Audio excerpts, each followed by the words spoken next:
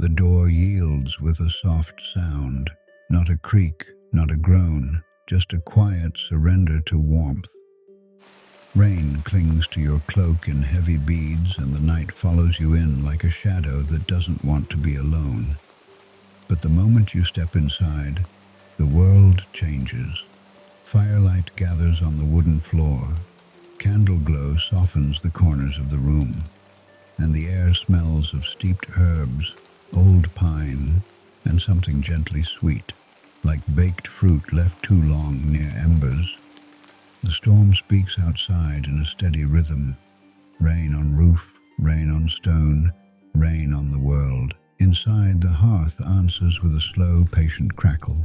A chair waits near the fire, wide-armed, worn smooth by years of tired travelers. The inn is quiet, not empty, just restful, as though the building itself has learned how to breathe slowly. You take a step farther in, and the chill you carried begins to loosen its grip. Across the room, in the gentlest pool of lamplight, someone sits as if they've always been there. An older man, shoulders relaxed, hands folded around a cup that steams faintly. His hair is silver in the firelight, not bright, but softened, like moonlight behind thin cloud. He doesn't stare, he simply looks up, and the expression on his face is one of quiet understanding, the kind that says, "Yes, I know what the road asks of you." When he speaks, it isn't loud enough to interrupt the fire. It's the kind of voice that makes room for silence. "Traveler," he says softly, "come nearer. Sit where the warmth can find you." A small gesture, 2 fingers, a nod toward the chair beside the hearth.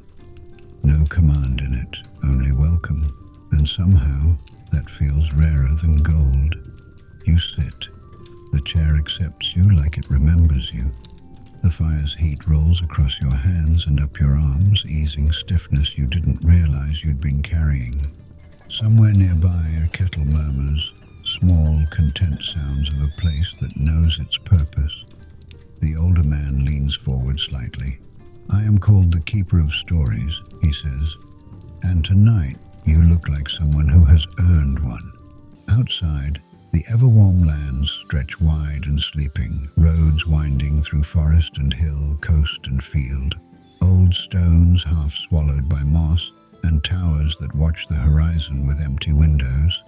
But inside the quiet hearth, there is only the near world, wood grain, amber light, the hush of comfort. The keeper's eyes reflect the fire, not sharply, but like memory. "Listen," he says, "and let the road fall away." A mug is placed near your hand, quietly, without ceremony. The scent is calming, herbs, honey, and a trace of citrus peel. The Keeper of Stories watches the steam curl upward like slow-moving ink. "Many come through here," he says. "Some carry maps, some carry regrets." He pauses, "and some carry nothing at all, because the road took everything it could." He sets his cup down with care, as if it's important not to wake the night. "Tonight," he says, "I will tell you of the Lantern Road, a road that appears when you're too tired to keep going, and vanishes when you try to chase it." The rain continues, steady and patient. The fire shifts, as if leaning closer, and the story begins. In the northern reaches of the Everwarm Lands, where the hills fold like blankets, there is a stretch of earth that refuses to be rushed. The grass grows thick, the stones sink deep, and travelers slow down without meaning to. They call it quiet country, but quiet, as you know, doesn't always mean empty. There was once a traveler who walked those hills alone, late in the season when the air tastes of wet leaves. No banners, no shining company. Just a pack, a lantern with a low flame, and a tiredness that settled in the bones. He walked because stopping felt worse than moving.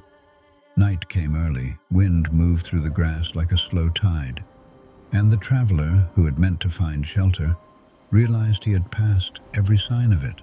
No inn lights, no farm windows, only the darkening line of the road and the quiet insistence of rain. He did what weary people always do. He tried to bargain with himself.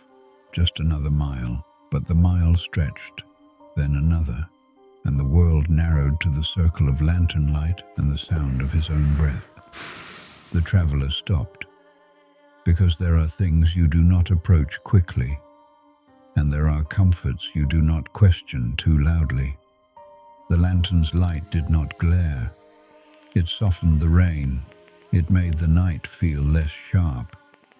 He stepped toward it, and the ground beneath his feet changed. Not dramatically, no lightning, no sudden fear, just a subtle feeling, like crossing from one room to another. And where the lantern hovered, a path appeared. Faint stones set into earth, half hidden, as if the land had been keeping it secret. The traveler followed, because fatigue makes a kind of logic all its own. The lantern drifted ahead at walking pace, never too far, never close enough to touch, like a guide that respects your space. As he walked, he began to notice little signs. A stone marker worn smooth by time, a half-collapsed wall swallowed by ivy, old places, not broken but resting, and the air smelled faintly of smoke, as if a hearth waited somewhere nearby. The rain softened into a hush, even the wind seemed to hold its breath, and then he saw it, a small light in the distance, not the harsh light of a watchtower, but the gentle warmth of windows, low and golden. He approached slowly, as if afraid the sight would vanish if he blinked. A cottage sat tucked into the hill's curve, roof dark with rain, chimney breathing thin smoke. A garden slept under wet leaves, and the door, painted a deep, calm green, stood just slightly open. Inside there was a fire, not large, not roaring, just enough to say, "You are safe here." A table set with bread and a bowl of dark fruit, a chair pulled out like an invitation, and no one in sight, not at first. The traveler stood in the doorway and waited, because polite people do not step fully into mysteries. Then a voice came from the far corner, gentle as a blanket. "You've walked long enough," it said. "Come in." An old man sat in a chair by the fire, not imposing, not grand, just present. His eyes were bright with kindness, and his hands rested calmly, palms down, as if keeping peace with the world. The traveler felt suddenly like crying, not from sadness, but from relief. They ate in comfortable silence. The bread was warm, the fruit tasted like late summer, and for a while, the traveler forgot the wet road, the weight of distance, the argument of the wind. The old man spoke only once. Rest first, questions later. When the traveler finally slept, it was the deepest kind, the kind that feels like sinking into the earth without fear. The fire kept low watch. The rain stayed outside, and the lantern that had guided him hung on a hook by the door, quietly glowing, as if satisfied. No wind, no rain, only the slow sound of a kettle beginning to sing, but the cottage felt lighter, as though it belonged to the night more than the morning. The old man stood by the window, watching the hills as if listening to them. The traveler thanked him, of course, and the old man nodded as if gratitude was an ordinary thing, like weather, like breath. "Return to the road," the old man said, "but do not run from weariness. Weariness is only the body asking for kindness." Outside, the traveler found the world changed, not broken, not strange, just simplified. The path back to the main road was clear, lined with small stones that caught the morning light, and at the edge of the field the lantern waited, then drifted away as if it knew its work was done. The keeper of stories pauses, letting the fire speak for him. "Some say the cottage was never there," he continues. "Some insist it was a dream shaped by exhaustion. He looks toward you, not demanding belief, only offering comfort. But the traveler walked differently afterward, he says. Softer, slower, as if he'd learned that rest is not a reward, but part of the road itself. The keeper's voice lowers, smooth as deep water.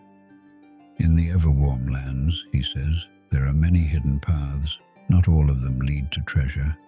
Some lead only to a chair by a fire and a moment where the world stops asking. The rain taps softly above. The inn remains steady like a promise. The keeper of stories sits back. For a time he says nothing at all, and in that silence the fire settles, the room settles, and even the thoughts that followed you in begin to loosen. Stay as long as you need, he says at last. The quiet hearth does not hurry anyone. Outside, the rain continues its gentle work. Inside, there is warmth, and there is rest. If you find yourself not quite ready to leave the fire, there is another tale waiting for you. It rests just nearby, quiet and unhurried. You may click it now and let the story carry you a little further into rest.